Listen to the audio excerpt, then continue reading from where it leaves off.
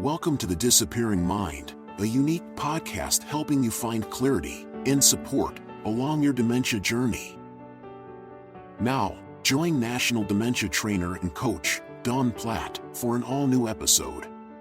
Welcome back to the Disappearing Mind podcast. I'm your host, Dawn Platt.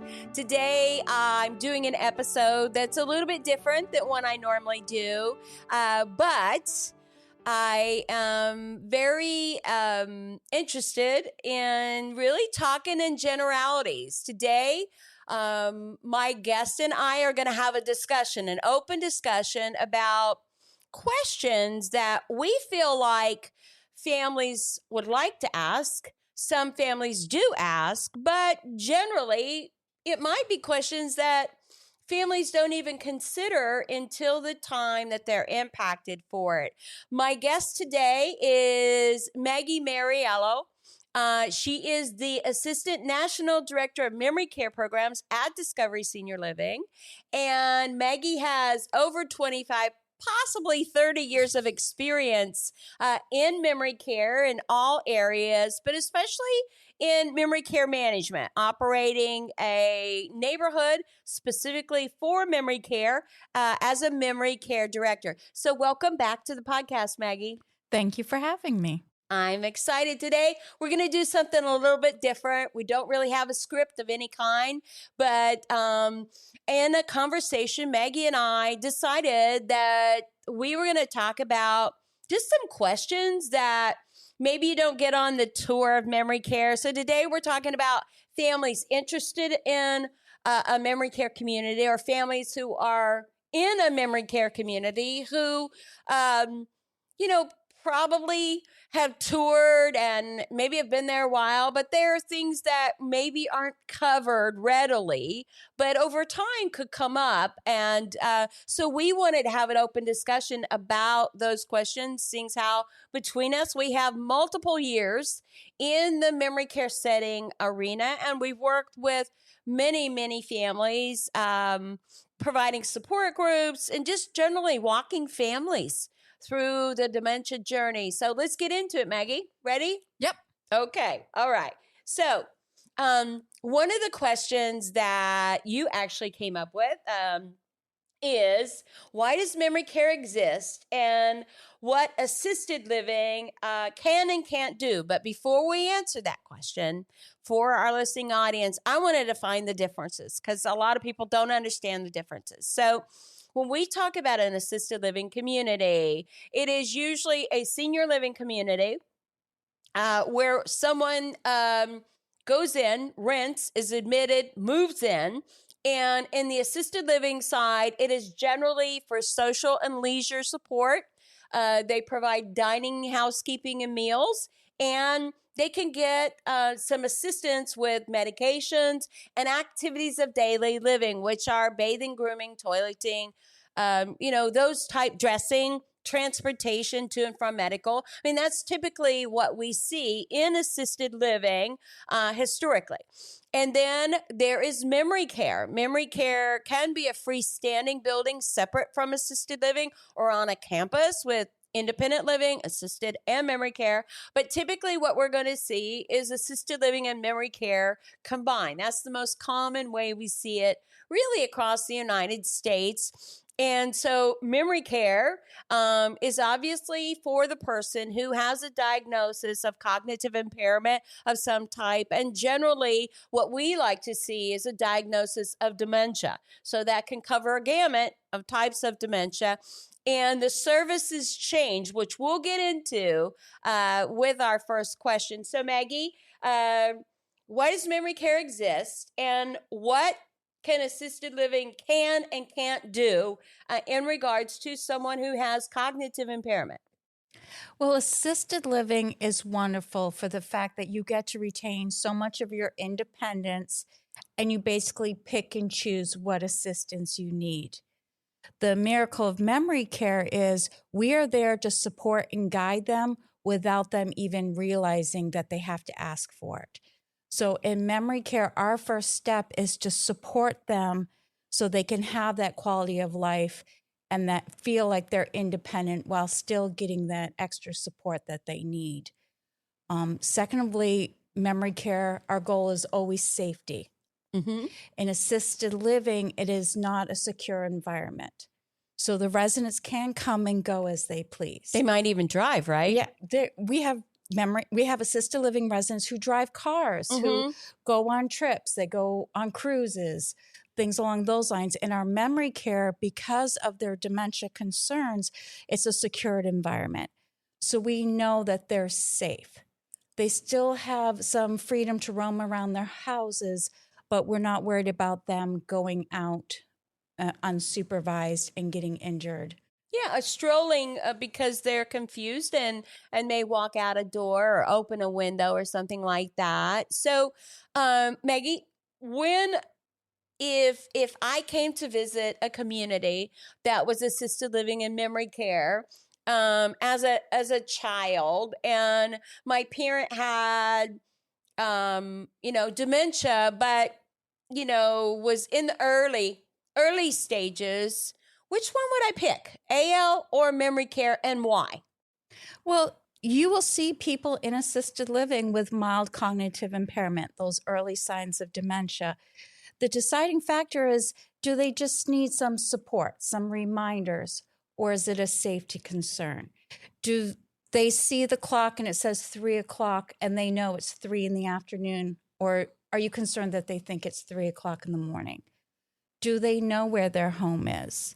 So if your loved one knows where they are, but they're sometimes forgetting, an activity Mm-hmm. or a meal time, and they just need a reminder, assisted living would be the place. But if you're concerned about them waking up at 3 o'clock in the morning and not knowing where they are, Mm-hmm. if you're concerned about their safety and awareness of appliances or even their quality of life because they're not going to remember how to do things, that's where a memory care evaluation might come into play.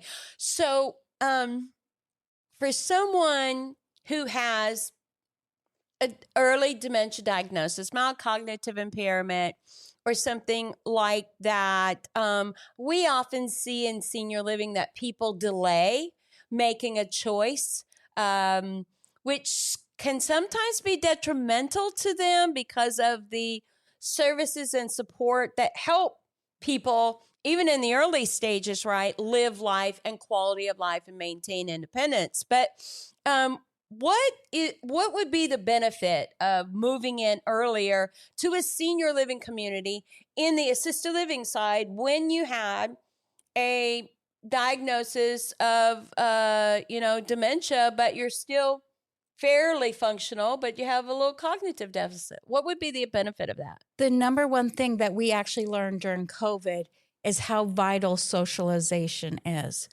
We've seen over and over again that when a senior starts having some of those cognitive challenges, they'll withdraw from socialization, which can actually speed up their cognitive decline. Mm-hmm. So moving into an assisted living community, they get that engagement, they get the socialization, they get the ownership and control of their life again. And we have found over and over again, this helps slow that decline and gives them a Yes. higher quality of life. And really, what we've seen them remain independent longer because they didn't have a supportive environment. Maybe they lived alone and didn't have any family, or maybe it was nutritional. They weren't eating properly. And, talk about that. I mean, we've seen people move in who are actually pretty confused. And then we get them in, they get routine care and meals, and they're obviously better cognitively. One of the number one side effects of dehydration is confusion Mm-hmm. and dementia type symptoms. We see over and over again people who have vitamin deficiencies, who are dehydrated, whose sleep is confused. They're not getting the proper medication. Oftentimes, our loved ones won't go to the doctors, won't be taking their medication on time. They're not eating properly. Once they get into that environment where there's people to encourage them to take their medications, to see a doctor, to drink fluids, to eat a green vegetable, Mm-hmm. we just see them light up and almost come back to life because they have what they need for nutrients. So you and I have done thousands of visits to hospitals, rehabs, and homes to evaluate and assess someone who's moving to senior living. What are some of the determining factors you would share with families when you would recommend memory care? When I come and visit your loved one, of course, their doctors and their rehab, they're going to talk about diagnoses and medications. But what I want to do is I want to talk to your loved one and see where they are. When I'm having a conversation with them, are they really oriented to themselves or are they confused? When I talk about things that they're able to do, you tell me that they haven't driven in 5 years, but they're telling me that they drive all the time. Mm-hmm. This is going to set off some bells and whistles that we're having a little bit of difficulty in placing time and sequences. When I ask them about their medications and they tell me, oh, I don't take any medications, but yet we know they're taking blood pressure medicine or they may be diabetic. This again tells me that they're not maybe safety aware.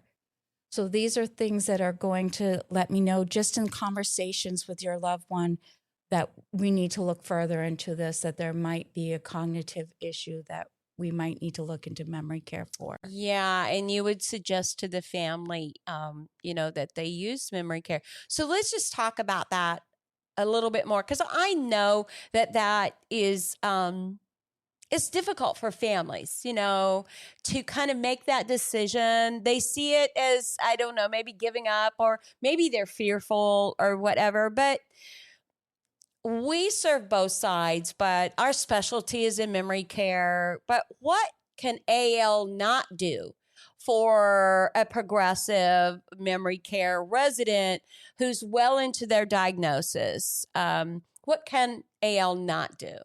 Well, assisted living, they are wonderful for assisting. Mm-hmm. They're able to go and, visit your loved one in the morning and say, hey, can I help you get ready? But if your loved one says no, then that's their choice. And activities, they're going to have activities throughout the day. But those activities are going to be designed for the group, for the majority of people. Mm-hmm.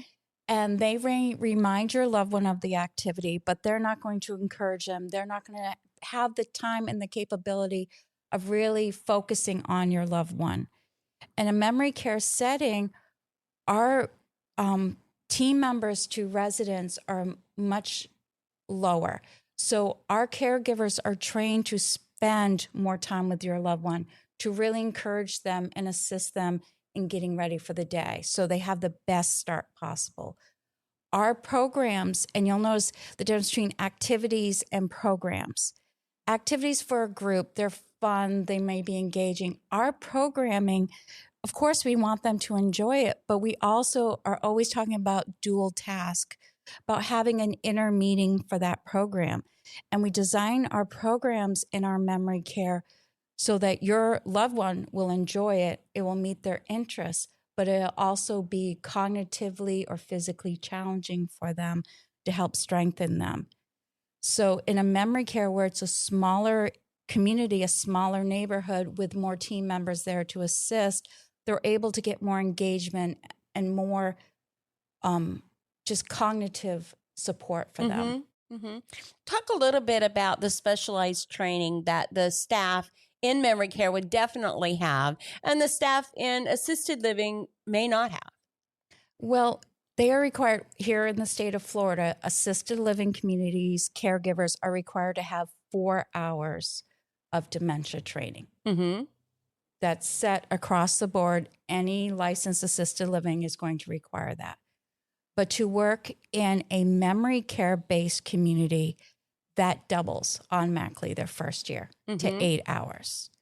So no matter what, if it's a memory care community, that team member is automatically going to have 8 hours of training. And then every year, an additional 4 hours. And when I talk to families who are visiting communities, I say, this is what the state says they have to have no matter what. Ask them what, in addition to what's required to the state, from the state, what do they provide for training for their team members? And most communities that are more reputable are going to have continuing education, dementia-based, for their care team members to make sure that your loved ones are getting the highest quality of care by trained team members as possible. Yeah, that's good. That's good. Talk a little bit, would you, about specialized program. I know you talked about it a little, but it's so very different from the social, leisure, entertainment kind of thing that senior citizens like to get involved in. But memory care is quite different. It's more cognitively supported. And why is that important? Well, in assisted living, I like to say that it's kind of like you're on the Love Boat and Julie's bringing you to, bingo on the Lido deck. In memory care, our goal really is, if you don't use it, you lose it. We're not going to fix your loved one, but by engaging them with that dual tasking, by challenging each part of their brain throughout the day, we're going to slow down the process and we're going to give them the highest quality of life. But we don't want them to feel like they're in school. So how is it that we can take their life story, where what they've done in their life, have a program that's engaging to them, that's also going to use different parts of their brain. Mm-hmm. So if your loved one enjoyed gardening, great, we're in the garden, but we may be planting seeds. We may be learning about their cycles of, what's the proper time to plant? How do we hydrate them? And then, and really getting them to talk to us about their knowledge so that we're getting them to engage their past memories, engaging their hands to help with circulation and dexterity, but also getting them to touch that soil and to feel the environment. And so by including all of that, we're engaging so many parts of their brains and firing off those neurons. It's automatically going to give them the higher quality of life they deserve. So for the family who's fairly new to this, or maybe is currently or recently moved into a community, let's talk a little bit about something that we have expertise in, and that is behavioral management. And most types of dementia, right, have some sort of behavioral expression with the types of diseases that we see. They're not all the same, but we do see behavioral outbursts, behavioral expression, which are just a communication and a voice, but it's very common, for us to see that, and we're experienced at that, and we kind of know what to do and expect that. But, in assisted living, how is that handled differently, and why would you want your loved one to then be in a memory care if that were happening? Well, in assisted living, the caregivers are trained to give care. Mm-hmm. They're not trained in all the different behavioral expressions. So in assisted living, it's going to be, they got angry in the dining room. Well, they're going to tell your loved one, you can't behave like that in the dining room. If you behave like that, you're not going to be allowed in the dining room. It could be as simple as that. Whereas in memory care, if you're having challenges in the dining room, we're going to want to take a step back and look at the big picture. Mm-hmm.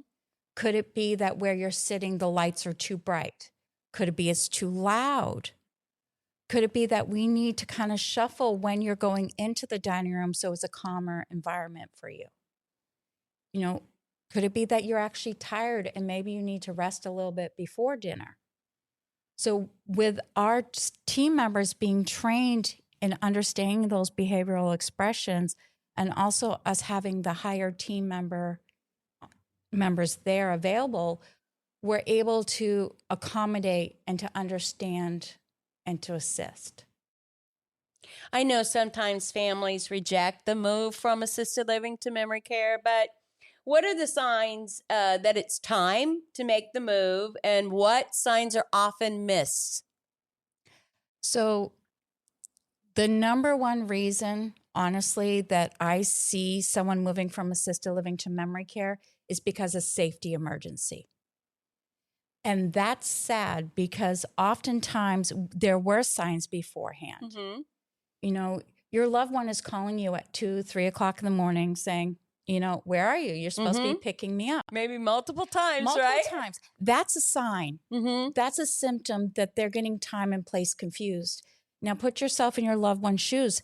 They're scared. They're confused. Yes. Thank goodness they had the wherewithal to call you instead of just getting up and go looking for you. Mm-hmm. So oftentimes that's a symptom that's missed. Them getting lost in their life. They may come down the dining room looking for your other parent who's passed away. Mm-hmm. Again, in assisted living, there is not going to be team members necessarily who's available to support them through that and guide them and give them that shoulder when they realize they're confused and realize their loved one has passed away. Yeah. Yeah. So having that, oftentimes those are missed. Yeah. And so that's why I always tell families, let's look at it when it's, supporting them and giving them that higher quality of life before we're having the conversation because it's an emergency. Yeah. And oftentimes, our assisted livings are spacious. I can get lost in them, right? They're big, they're spacious. Our dining rooms are massive, like a large restaurant. That's hard to navigate if you have any kind of cognitive impairment. So even, coming out of their apartment and looking down that long hallway, that's not unusual that there would be, no one in the hallway. It's like a large hotel, right? That's what it's like. And so that can be a barrier for someone not knowing how to get down the hallway to anywhere, right? And not being able to navigate. That creates stress for them. And then the other area, and you kind of alluded to it, is walking into a filled dining room. When you have cognitive impairment where people are eating and socializing and it's loud and there might be music, and how difficult that can be for someone with any kind of cognitive impairment, especially if they're having an off day, off time, which happens. And so physical plant, NAL, is broad and spacious and made to be navigated, where memory care, that navigation path is normally guided. It normally is a circle or a square, right? You don't run into a lot of doors, right, kind of thing. But talk about the difference and why between the size of apartments in assisted living and memory care. Well, in assisted living, you are coming from your home. So you're coming from this big home. You have your furniture. And so you're downsizing into an apartment. And so you want to still have that space. You want to have your freedom. You may be doing puzzles or having grandkids over for sleepovers.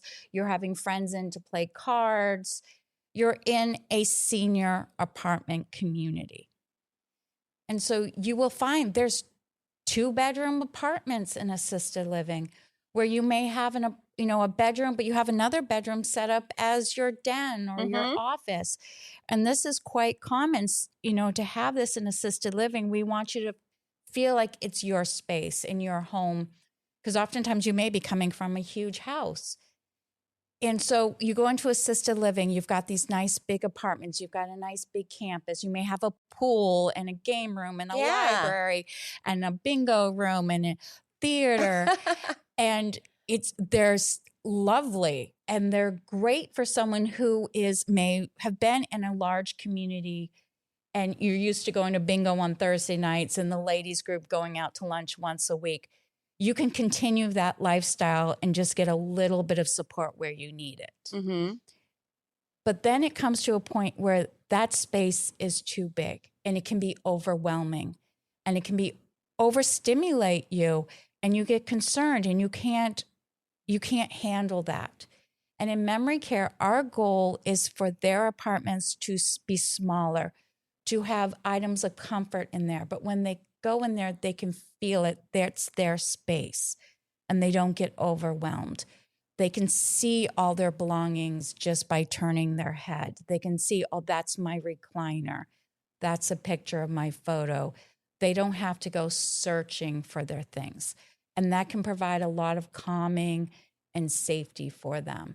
And so that's a big difference you will see in the style of apartments. Good point. Good point. Let's move on. We have so many questions, and I know we're not going to get through all of them, but I want to talk about third-party vendors. And for family members that don't understand who or what those are, Maggie's going to go through this with me. But, I want them to kind of know and understand that their loved one may be seen by a third-party provider.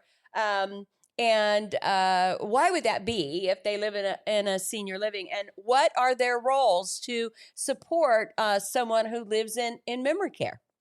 Well, if you have a loved one who's, aging, especially as they get cognitive issues, going to the doctor, going to the dentist, going to the podiatrist can be a lot. It can be very overwhelming for them and very overwhelming for you. So our goal is by bringing in these providers to your loved one can be in an environment that they feel safe and secure in. Also, your loved one may not be able to communicate as well about what's going on in their lives. So if this provider comes into where they are, our clinical team can communicate with them and let them know what's really going on in your loved one's life. Because your loved one may say, oh yeah, I'm fine, I'm doing great. But meanwhile, they've been having problems swallowing. But because of their cognitive decline, they don't realize it. Or, the podiatrist may come and ask, how are you doing walking? They're like, oh yeah, I'm fine. But meanwhile, we know as their care provider, they're having balance issues. Their toes are hurting them. So having these providers come in, your loved one's able to get the care that they need in their home. Yeah. So let's talk about who are some of these providers. There are multiple. What are the most common type of providers that come in and provide services to someone in memory care? So their primary care physician, and oftentimes that will be a nurse practitioner or a physician's assistant. And they will come in, however often your loved one needs. They may come in once a month, depending on their diagnosis. And that may not be the doctor they had in their home, right? That doctor may not come out and visit. It might be someone who services the community, right? Correct. As we get into the stages of dementia, this is a conversation we often have with the families. Yes, they may have gone to that primary family physician for 30 years, but now they're here. And, we really encourage our families to work with a physician who expertise is dementia and the geriatric community. And so we oftentimes build multiple relationships with medical groups because everyone has their own needs and wants from a physician. And also there's multiple different types of insurances, and not every doctor and every insurance talks. But we will often talk about the different physicians and what their needs are. But the number one we see is a primary care physician that comes into the community that we can have that conversation with, and that you can have the conversation with to make sure that your loved one is getting, the actual care that they need. Great. So there's also home health. So oftentimes your loved one will need home health. Most assisted livings are not going to be able to do the extended things that a nurse can do or a home health agency can generally do. A registered nurse. There are nurses, but they're not always registered nurses. Correct. So there may be some skin issues. There might be diabetes issues or, balance issues. So oftentimes we will work with you and their primary care physician to have a home health agency come in and help give that extended care that your loved one needs. So that might be a physical therapist, an occupational therapist for dressing and grooming. It could be a psych nurse, right? A specialty psych nurse, or it could be major medication adjustments or just a major evaluation. It might be a nurse practitioner like you talked about. So there's all kinds of services. Those are generally covered under Medicare or private insurance, right, to cover that. And so those are available to support specialty services that maybe the community doesn't provide, or isn't licensed to provide in the state that they operate. Sometimes that's the issue. Let's talk about another service that few people know about. It's the dreaded word, but we find this particular agency very supportive and very useful to our residents and to our staff, and that's hospice. Let's talk about hospice.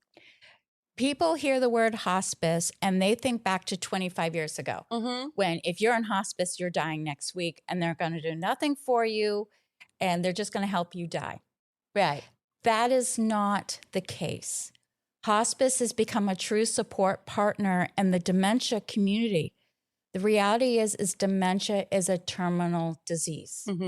It does not mean that your loved one is going to die next week. Yes. But it means that they need that extra support. So hospice can come in and help with so many things. Everything from having an extra nurse coming in to help oversee their care, to make sure that they get that little extra TLC and just attention that traditionally even a loving memory care can't do. But hospice has so many other services. They have different types of therapies, music therapies, pet therapies, massage therapies. They have volunteers who will come in and play cards with your loved one. They can help with medications and equipment costs. This is not a disease that's financially, inexpensive. Right. And dementia is a long disease process. They really call it the long goodbye for a reason. But to give your loved one the highest quality of life, we're going to suggest as many different things that we can do to give them the support that they need. And hospice is a great tool to utilize. Exactly. So in addition to what we've talked about, there might be podiatrists, there could be a mobile dentist. We have mobile x-ray that comes in. Labs come in and draw blood work if the doctor orders it. It's just kind of endless, the services, because it is difficult for individuals who have active and progressed dementia to go in and out of the community. It can be difficult and pose issues for the family, as well as the team in transportation. It could be traumatic. We'll talk another time about ER and hospitalization. We won't cover that quite today, but do families have a choice in the providers that come in and take care of their loved one? Families always have a choice. This is not a military regime. We want to make sure that we're partnering with their family. Every family has different ethics, different morals, different beliefs, and what they want and how they see their loved one's disease progression. And that's why we want to make sure to have that open communication from the first time you visit us. And that's why we always have multiple physicians groups, multiple options. We don't want you to feel like you have to do this or you have to do that. We want to make sure that we support you, because it's not just your loved one that needs the support. You do also as we go through this disease process. So what is the mechanism that you inform the family about this, or you keep them informed so that they can be part of the progression and the decision-making process? Well, first of all, the first time you come in, we want to make sure that you're having that open communication. You're meeting all the members of the team so that if you have a question about medication, who do you ask? If you have a question about where they are in their disease process, who do you ask? But oftentimes there's going to be a designated person in the community that you can always go and ask questions, and they will help you in the correct direction. But one of the things we want to start doing is on that day one is talking to you about your family, your beliefs, and what your needs are. We're going to take in consideration your insurances, your financial situation. Oftentimes also, if your loved one's a veteran, there's other benefits. Yes, we didn't talk about that. There's another and the government doesn't knock on your door and say, oh, you're a veteran. Here, let us help you. So we really want to make sure that we are your partner in this, and we help get all the services and what you need for your loved one and for yourself. So we'll work as a team to make sure that, we help you get what you need. Talk a little bit about the care planning process. Care planning, that starts the first day we meet your loved one. Mm-hmm. But that doesn't stop, because as we progress through this disease, what we need changes. So you're going to see in that first week or so, we're going to be talking almost daily, if not daily, about what we're seeing. And then at that first month, we're going to again talk about the changes we're seeing and what we really feel they need from us.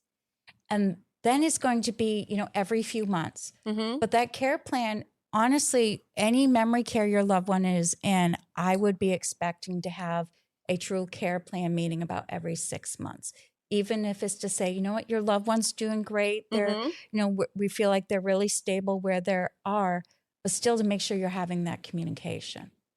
That is the biggest thing we see families all the time talking about is communication. They just need to know. Yes. Yeah, they do. Okay, I'm going to shift the conversation now to something that we've talked about before, and I know you like to talk about, and it is difficult. When you promise never to lie to each other, right? And now you're being instructed to tell a therapeutic fib or a white lie to your person who has dementia. Let's talk about that. So the number one promise you make to your loved one is that you will always love them and you will always be there for them. Sometimes we need to take that love that we have for them and realize that what we're doing, we're not telling them that we don't love them. We're not telling them that we're not trying to take care of them. We're telling them that we're here to help them, and we're giving them the line or the help that they will most believe. Yes.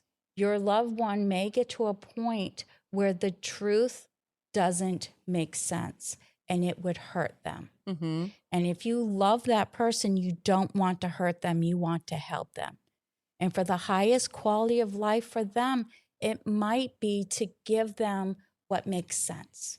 And that's where we call it a therapeutic fib, because it is a therapy to them. Mm-hmm. If you tell them the truth, it's going to hurt them. Yes. You're going to cause harm. And none of us ever want to harm the person we love. And, we don't want to say things that, even though they're true, for example, your mom died 30 years ago, right? I mean, I know that's probably the truth, but if they're living in that world and they have come back to the time when they had mom, they had mother, and they do it multiple times she dies to them in their heart. And it's really sad. And it's a reaction we don't want them to relive. And because they forget all of that and do it again over and over and over and over again, they have that trauma. And it's so unnecessary. And it's just so much easier to say, well, mom went out to the grocery store. She'll be back later. So I think people don't realize that they may come back and ask for mom again, but they're not going to come back and go, you told me mom was coming back and that she was at it's not going to happen that way. They do not have that cognitive ability to function in that way. It's a momentary need. It's a momentary sense of safety and security and kind of passing through that moment. And you can do it hundreds of times with the same effect, right, Maggie? I mean, and how much better is that? And how much calmer is that to just agree with them and get them through that moment than it is to tell them something like she has been gone for 30 years that they cannot process and will not realize or ever come to terms with that because their dementia is so progressed. And ask them about their mom. Yes. Say, your mom, she went out shopping. I don't know what she was going shopping for, though. What does she like to go shopping for? Yes. You could bring up end up learning more about if this is your parent, your grandparent that you may never have known. Exactly. And, isn't it interesting? And I went through this with my mom. When they get full blown into the dementia, they remember stuff that they never shared with you before. And you're getting stuff way back in their lifetime. And you're thinking, they never shared this with me before, but they're living back then. And so all those things are fresh to them in their mind. And they're sharing, little things about their father or playmates or schoolmates or things like that, that you're like, wow, you're getting to hear things that possibly you never would have heard. So it's a very interesting time, and let them do it, right? Let them do it. Let them be there in that moment. I always tell family, the world's not going to come to an end if they think their mom is shopping. Exactly, Maggie. Well, listen, we have covered so much today. Good stuff, good topics. I want to thank you for being on. Maggie and I could talk forever in and around this topic. We've done it for so long. We live to care for people and to train professionals who care for people with dementia.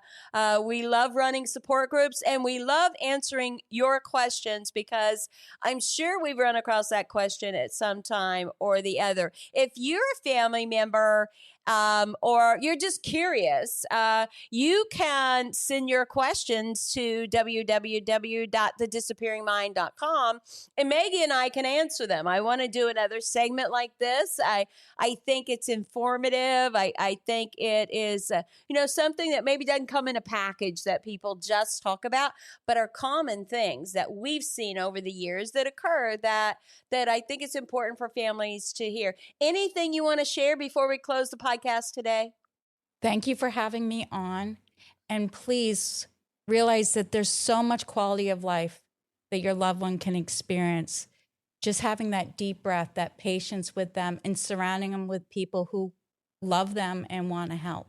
Thanks again for coming on. And to the audience, I want to say to you, if this has been informative to you, there are so many topics that we want to cover on The Disappearing Mind. We're here for you. We don't want to just do things that seem right to us, but you're the one living it day to day, and you are not alone. There are many resources that we have on our website. I always recommend that you go to the Alzheimer's Association website. If you need help with those resources, again, reach out. Please subscribe to the podcast, share it with a friend. And until next time, this is Dawn Platt. Make it a memorable day. Thank you for joining us for the Disappearing Mind podcast. We hope it's helped you find clarity and support along your journey. Be sure to subscribe to never miss an episode. Visit our website to suggest future topics, and share the podcast with friends and family.